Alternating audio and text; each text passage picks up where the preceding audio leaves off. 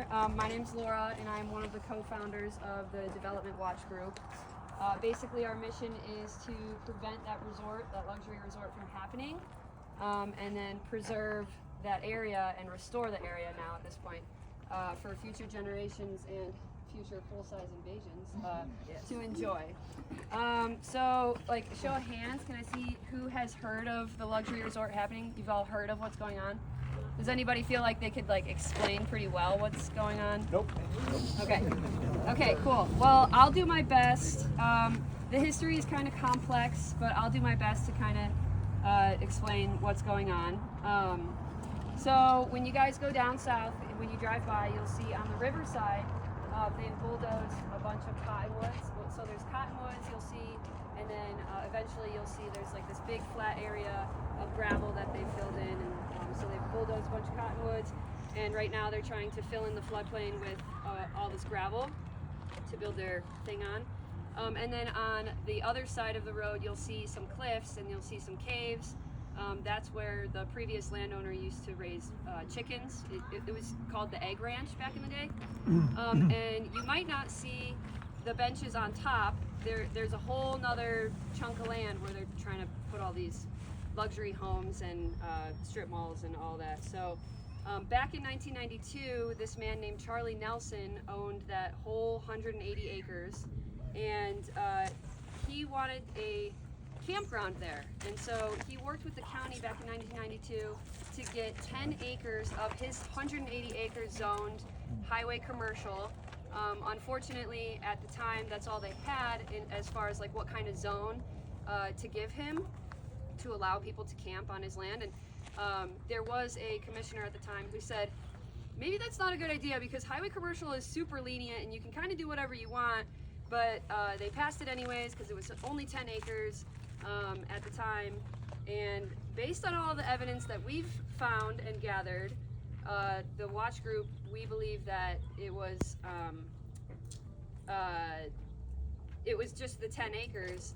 And we tried really hard to prove that, but unfortunately, the developer's attorney started threatening the county to sue them hundreds of millions of dollars. You know, it's Grand County taxpayer dollars. That's really scary. So that may or may not have influenced the county's decision to decide that it was 180 acres of highway commercial land. So that's kind of how all of that started and happened. And it's definitely a bummer.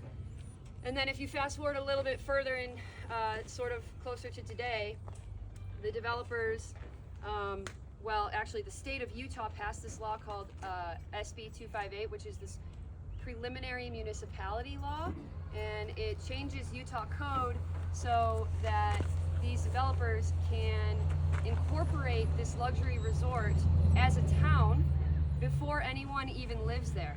And so what that does for them, it allows them to bypass all of Grand County's planning and zoning standards and laws that exist here in Grand County, and they get to make their own, and so they don't really have to do things the normal way like everybody else would have to do. They have this new law and all this code that allows them to build a town, and it kind of makes you wonder who that law was written for.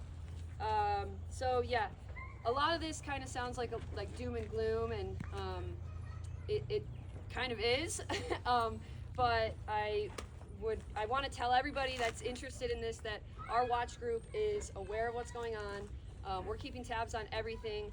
We know that they're going to try to make this happen in parallel with Grand County's laws and regulations, because who knows what happens with that SB 258 law. So they're gonna try and make it their own town, but also work with Grand County. So there's that. There's, who's gonna pay for the road. When you guys go down there, you're gonna see this road is pretty dilapidated, it's pretty tight, and no one knows who's gonna pay for that yet. There's various other things that we're watching and keeping tabs on. And so, yeah, we have attorneys that are giving us a really good deal, and helping us with every angle and exploring all of our options. So there's definitely still hope. And if you guys are interested in supporting the cause, you can go to savemoab.org, and you can donate right there. You can also, I have these shirts. I don't have them right now, but if you want a t-shirt, get a hold of Jared and I can hook you up with a shirt. But yeah, that's kind of where we are today with it, and we appreciate all of your support. It really, really, really means a lot that your group and other visitors of Moab are here to support, you know, to preserve that area, because like Jared was saying, like sprawl happens, and you know, these areas that we love so much, they're easy to access.